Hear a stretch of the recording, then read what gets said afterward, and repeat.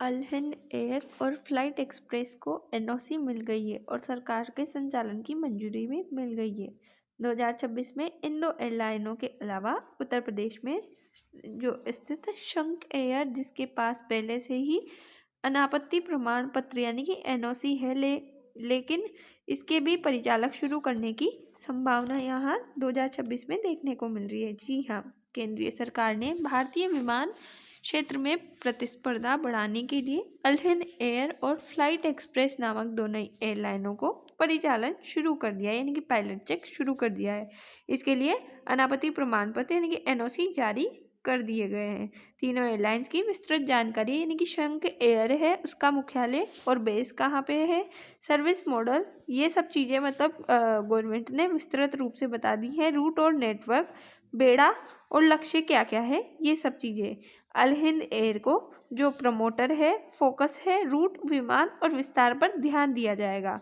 Flight express में क्या क्या विशेषताएं, इनकी संचालन किस तरीके से होगा और किस रणनीति पे कार्य करेगी, ये सब जानकारियाँ बता दी गई है। इन एयरलाइनों के परिचालन शुरू करने की संभावित समय सीमा 2026 में इसे लॉन्च किया जाएगा और ये शंख एयर के इसका पायलट चेक हो रहा है। अगला महत्वपूर्ण चरण है सरकार द्वारा इन नई एयरलाइनों को मंजूरी देने के पीछे मुख्य उद्देश्य निम्नलिखित है, यानी कि जो मोनोपोली है मार्केट में, जैसे कि एकाधिकार किसी भी जैसे कि पहले जियो ने किया था एकाधिकार, कि पहले शुरू में लोगों को उस चीज़ का आदी बना दिया, फिर बाजार में प्रतिस्पर्धा खत्म करके अपने दामों को बढ़ा दिया। तो ये मोनोपोली यानी कि एकाधिकार को खत्म करने के लिए ऐसा किया जा रहा है। जो किराया है उसे नियंत्रित करने के लिए, जैसे कि आपको पता है कि इंडिगो ने एक साथ अपनी फ्लाइट्स कैंसिल की थी, तो उसके दबाव में ऐसा किया जा रहा है।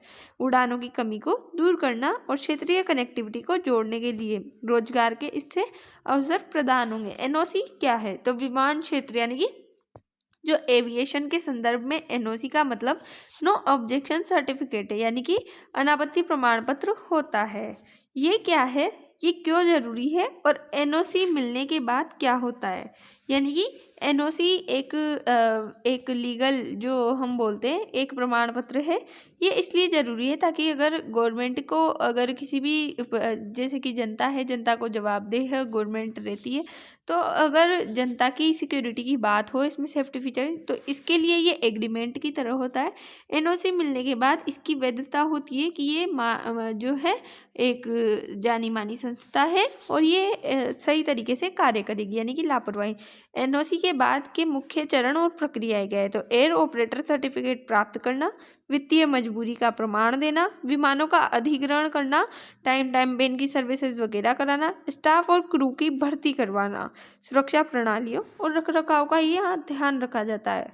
प्रूवन और फ्लाइट्स, ये एनओसी का मुख्य काम होता है। रूट और स्लॉट आवंटन करना भी इसका काम होता है। इंडिगो, विस, अल हिंद और फ्लाई एक्सप्रेस यानी कि परिचालन की स्थिति क्या है, सुरक्षा रिकॉर्ड क्या है और कार्य संस्कृति और ग्राहक सेवा, ये सब चीज़ें। क्षेत्रीय संपर्क में वृद्धि होगी, यानी कि छोटे शहरों तक लोगों की पहुंच होगी, कनेक्टिविटी बढ़ेगी। उत्तर प्रदेश का केंद्र यहाँ पे मुख्य रूप से चुना गया है। नए रूटों का विकास होगा इसके अंतर्गत और प्रतिस्पर्धा और बेहतर सेवाएं मिलने की संभावना है। बड़ी कंपनियों पर यात्रियों की निर्भरता कम होगी, यानी कि मोनोपोली का अंत होगा, उचित किराया होगा, तकनीकी खराबी या संकट के समय राहत मिलेगी, सेवा में सुधार होंगे और नए रूटों पर जो है ध्यान दिया जाएगा। तो अल हिंद के बारे में आपके क्या विचार है, हमें बताइए। I hope you understand. Thank you so much.